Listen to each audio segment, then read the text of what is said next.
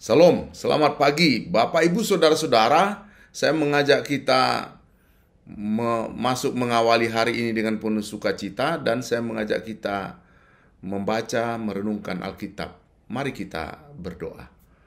Pujian dan syukur kami naikkan kepada Engkau Tuhan yang Maha Baik. Kami hendak membaca, merenungkan firman-Mu, urapi hati dan pikiran kami, berikan kami hikmat untuk mengerti. Di dalam nama Tuhan Yesus Kristus kami berdoa. Amin.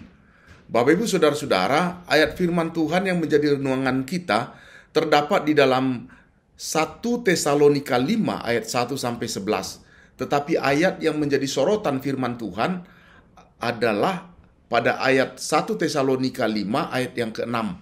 Demikian firman Tuhan. Karena itu, janganlah kita tidur seperti orang-orang lain, tetapi berjaga-jaga dan sadar. Bapak Ibu Saudara-saudara yang dikasihi Tuhan Yesus Kristus, pernahkah kita merasa begitu lelah dan hanyut dalam rutinitas hidup, hingga kita tidak menyadari apa sebenarnya yang sedang terjadi di sekitar kita?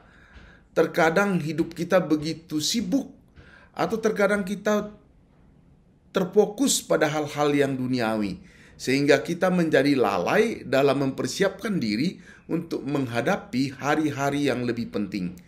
Dan firman Tuhan pada ayat yang ke-6 ini mengingatkan kepada kita untuk tidak tidur dalam ketidaksadaran, tetapi untuk berjaga-jaga dan sadar. Apa yang dimaksudkan dengan berjaga-jaga dan sadar? Mengapa hal ini penting dalam kehidupan iman kita sehari-hari? Mari kita merenungkan. Yang pertama, pada ayat yang ke-6a dikatakan, karena itu janganlah kita tidur seperti orang-orang lain. Paulus mengingatkan kita untuk tidak hidup seperti orang-orang lain yang tertidur. Di sini tidur itu bukan hanya menunjuk pada tidur secara fisik, tetapi lebih fokus kepada kondisi rohani, kondisi mental yang terlelap dalam ketidakpedulian terhadap keadaan sekeliling, terutama terhadap kedatangan Tuhan yang pasti akan datang. Orang yang tidur secara rohani adalah orang yang tidak sadar akan kebutuhan mendalam tentang Allah dan tidak peduli dengan panggilan Allah. Kita bisa melihat dalam Alkitab perumpamaan tentang gadis bijaksana dan gadis bodoh di dalam Matius 25 ayat 1 sampai 13 yang memberikan gambaran yang jelas tentang orang-orang yang tertidur dalam ketidaksadaran rohani.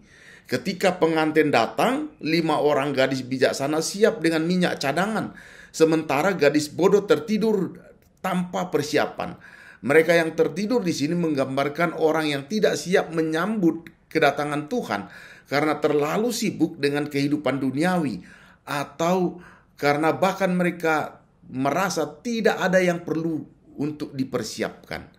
Bapak Ibu Saudara-saudara, sebagai orang percaya kita harus selalu waspada dalam kehidupan rohani kita. Hal ini berarti kita harus menghindari rasa aman yang semu yang membuat kita melupakan panggilan Allah untuk hidup kudus dari kesiapsediaan kita menantikan kedatangan Tuhan.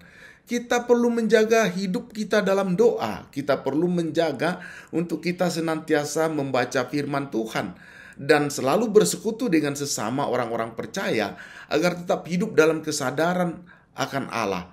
Ketika kita mulai mengabaikan hidup rohani kita mulai terlelap dalam tidur rohani yang membuat kita tidak siap ketika tiba-tiba Tuhan datang. Yang kedua, apa yang menjadi renungan kepada kita dikatakan pada yang ke-6b, tetapi berjaga-jaga dan sadar.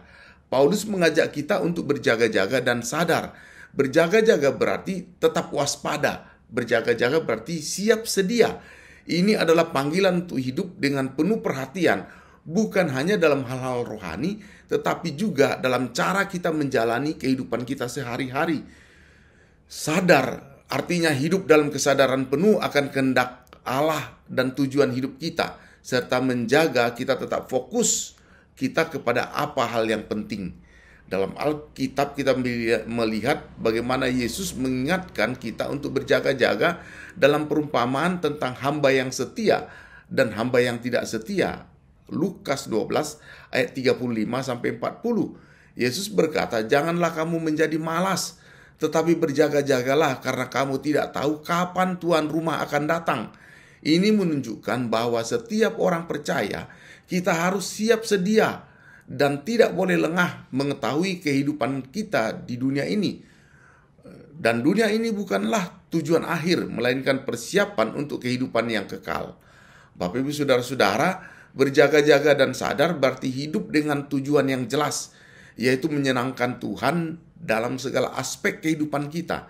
Hal ini mengingatkan kita untuk tidak terjebak dalam kesibukan, tidak terjebak dalam keinginan duniawi yang sementara, melainkan untuk selalu fokus pada nilai-nilai kekal, seperti kasih, kebenaran, pengharapan akan kedatangan Tuhan. Misalnya dalam pekerjaan kita, apakah kita melakukannya untuk kemuliaan Tuhan? Dalam hubungan kita dengan orang lain, apakah kita mengasihi saudara-saudara kita seperti yang diperintahkan oleh Allah? Berjaga-jaga berarti hidup dengan kesadaran penuh akan panggilan hidup kita di dalam Kristus. Selain itu, berjaga-jaga juga berarti menjaga hidup kita agar tetap bersih dari dosa. Dosa seringkali datang secara perlahan dan tersembunyi. Tetapi jika kita tidak berjaga-jaga, kita bisa terdeteksi dan menghindarinya lebih awal. Itu juga berarti menjaga hati kita untuk tetap rendah hati dan tidak mudah tergoda dengan segala gangguan godaan duniawi ini. Yang ketiga adalah ayat 11 yang mengatakan mengingatkan satu sama yang lain. Pada ayat yang ke-11 Paulus menambahkan, karena itu nasihatilah seorang akan yang lain dan saling membangun seperti yang memang kamu lakukan. Sebagai tubuh Kristus kita tidak bisa berjaga-jaga sendirian. Kita perlu saling mendukung, perlu saling mengingatkan satu sama yang lain untuk tetap waspada, untuk tetap hidup sesuai dengan panggilan Tuhan. Kita bisa melihat contoh seperti Kain dan Habel dalam Kejadian pasal 4. Kita melihat bagaimana Kain dalam ketidaksadaran dan keegoisannya, pada akhirnya ia membunuh adiknya Habil.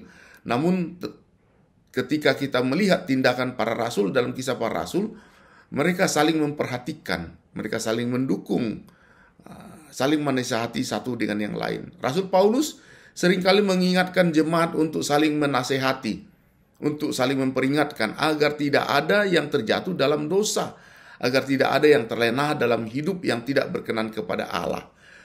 Bapak Ibu saudara-saudara, sebagai orang percaya kita dipanggil untuk hidup dalam komunitas yang saling mendukung dalam kewaspadaan rohani. Ini bisa berupa saling mengingatkan dalam hal doa, saling mengingatkan melalui firman Tuhan, dan saling mengingatkan di dalam persekutuan yang baik. Kita harus saling memperhatikan dan saling menjaga satu dengan yang lain, agar tidak ada yang tertidur dalam ketidakpedulian, dan tidak ada yang terjatuh dalam godaan. Bapak Ibu saudara-saudara, hidup berjaga-jaga dan sadar adalah panggilan kepada setiap orang percaya. Kita tidak boleh terlelap dalam kenyamanan dari dunia ini, tetapi harus siap menghadapi kedatangan Tuhan yang pasti akan datang. Berjaga-jaga berarti menjaga kehidupan rohani kita untuk tetap hidup, untuk tetap sadar akan panggilan Tuhan, dan untuk terus-menerus mempersiapkan diri untuk kehidupan yang kekal bersama-sama dengan Allah.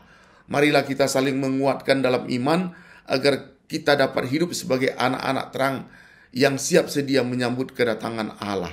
Tuhan memberkati kita semua agar kita senantiasa berjaga-jaga dan sadar.